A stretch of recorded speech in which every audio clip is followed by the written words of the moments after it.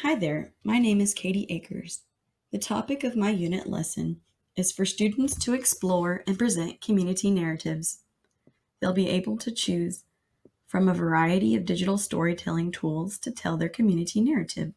They might choose a photo blog, podcast, or video medium to do so. The intended audience for this lesson is middle school or high school students. The instructional objectives.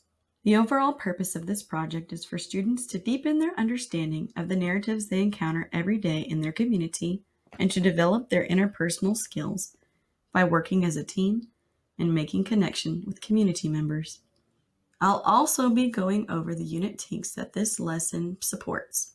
The Tinks that this unit supports include comprehension skills, response skills, composition skills, and inquiry and research. The comprehension skills that this project supports are metacognitive skills, including establishing a purpose for the students, generating questions throughout the project process, making personal connections, evaluating the details, and determining key ideas, synthesizing new information as they proceed through the project process, and monitoring their comprehension. For response skills, students will be responding to their peers and their teacher by making personal connections, paraphrasing and summarizing their findings, interacting with sources, especially the project criteria, discussing and writing about the explicit and implicit meanings of their project findings, responding orally in groups and as a whole class, and reflecting and adjusting as they go along. They'll also be responsible for writing a composition that accompanies the community narrative project. They'll be writing in the expository format, and they'll go through the writing process. The most important TEKs that this unit will focus on are inquiry and research skills. Students will be generating the topic as long as it's connected to the idea of community. They'll be developing and revising their plan. They'll refine the major research question. They'll identify and gather relevant information from community sources, and they'll use an appropriate mode of delivery with their digital storytelling tool of choice. This project supports Pappert's constructionist theory because it supports project-based learning. The students will be focused on the driving question, how can we tell the untold stories of our community?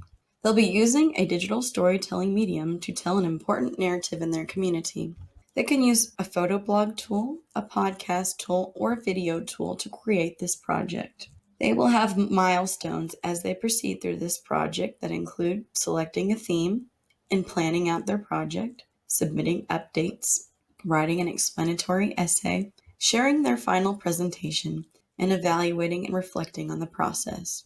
They'll be provided with a rubric that examines their topic and ideas, their organization, their written connections, their multimedia presentation, and their evaluation and reflection skills. This unit as a whole falls under Pappert's constructionism theory because it's project-based learning. Students must organize their own work and manage their time to create a learning product. Constructionism is focused on students creating tangible creations to demonstrate learning.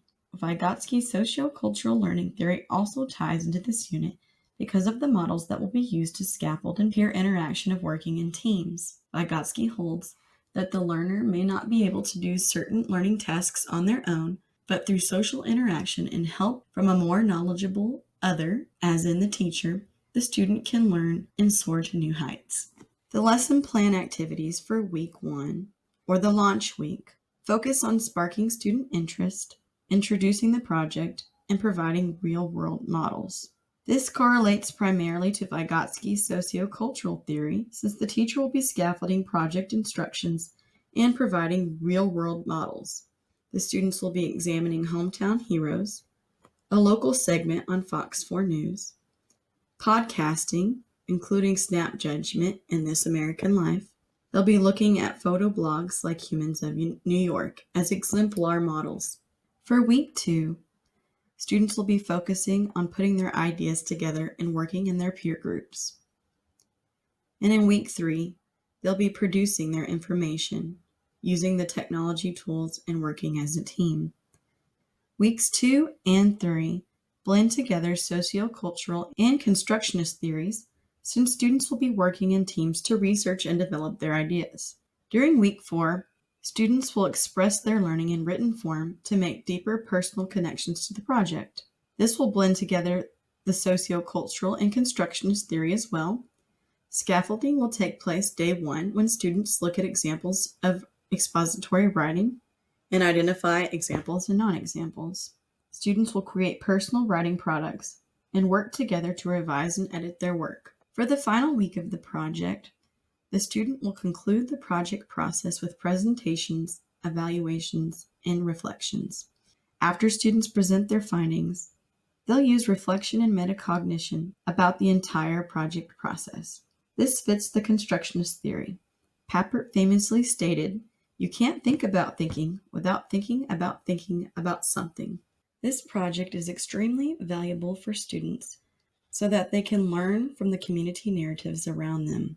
Not only will they be making deep personal connections to the stories they encounter, but it will help them get more plugged in and involved with the community and more aware of community members and events that affect their everyday lives. Digital storytelling tools are a powerful way to communicate these community narratives.